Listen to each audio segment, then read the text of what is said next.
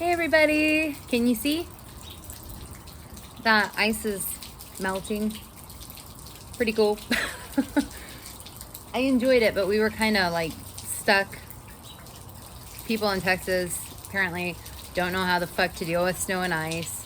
Nothing's sanded or salted or anything. It's just ridiculous. And yeah, the power situation everywhere. Massive fucking clusterfuck. All of y'all watching in Texas. I'm in Austin. My heart goes out to all of you. It's just absolute, it's been absolute shit here. But it's melting and here comes the sun. Hopefully, if anything like this ever happens again, the people who run the power grid that apparently live in fucking Michigan. White people that run the grid in Texas live in, and I don't get why they live somewhere else. Anyway, hopefully they are better prepared next time. Let's hope. Anyway, rant over. We are going to be talking about the 7th house today. And the 7th house, it deals with, it's thought of as, first, it has an affinity for Libra and air energy. It is thought of as a house, the house of relationships. Now, typically this gets thought of as the house that deals with romantic relationships. It certainly can. It certainly can deal with that. That's a big part of the relationships that fall in this house. But it also, I mean, you could think of any close, intimate relationship as being here. We could be talking about, very, very close friends, very, very close friendships. We could be talking about, I've even seen parent-child relationships here. Sometimes they do show up here, and I don't mean that in any kind of weird, creepy, incestuous way or any shit like that, but sometimes you can see that here. Sometimes it does show up here. Sometimes. Business relationships, business partnerships, that would also be in the 7th house.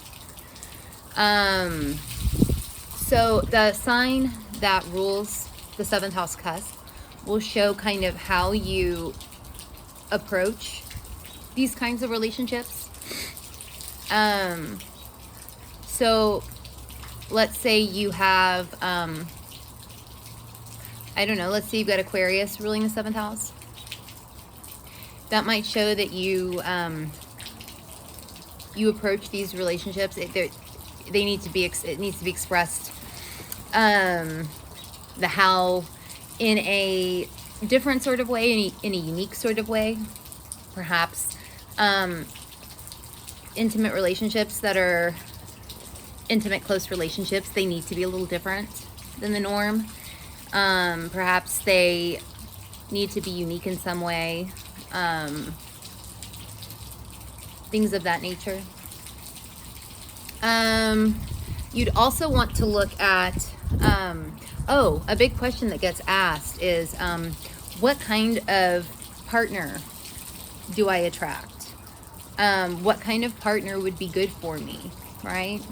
These are all questions that get asked quite a bit, and they're good questions. I mean, so for this, you would want to look at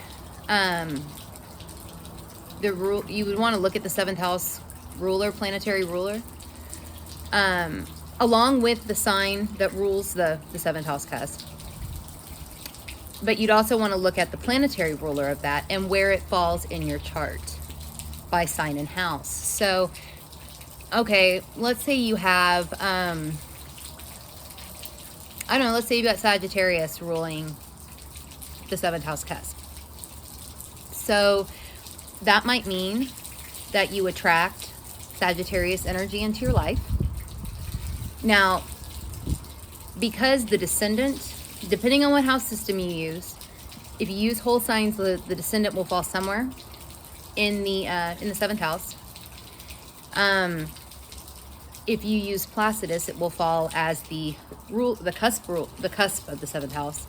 The descendant is like the shadow part of ourselves, or is one of the places to find the shadow, right? The eighth house is another one that can kind of deal with the shadow. So depending on, you know, what sign the descendant is in, that may or may not be, you may attract it into your life. That sign's energy, not necessarily a sun sign, but not necessarily Sagittarius sun, but perhaps you have a lot of Sagittarius moons in your life. Sagittarius, people with Sagittarius rising, Sagittarius, Mars, Venus, Mercury, right? The more personal planets. Perhaps you attract a lot of that energy into your life. May not be something you like.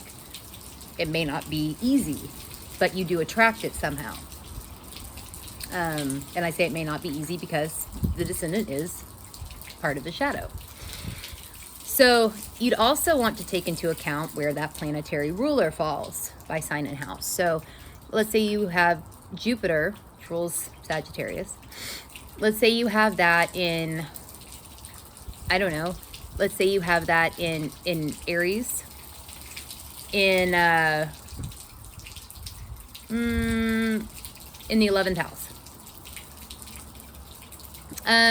So this might mean that you attract, or that you would be good with, Aries energy, or even Aquarius energy, since Aquarius has an affinity for the 11th house.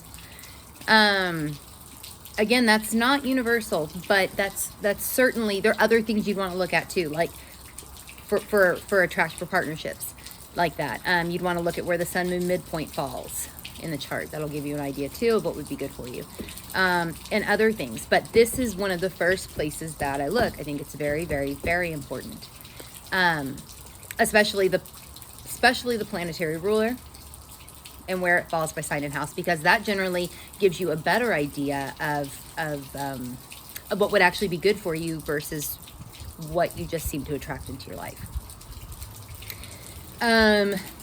Another thing, this house tends to rule lower courts, so like municipal courts, criminal courts, civil courts, not at a say national level,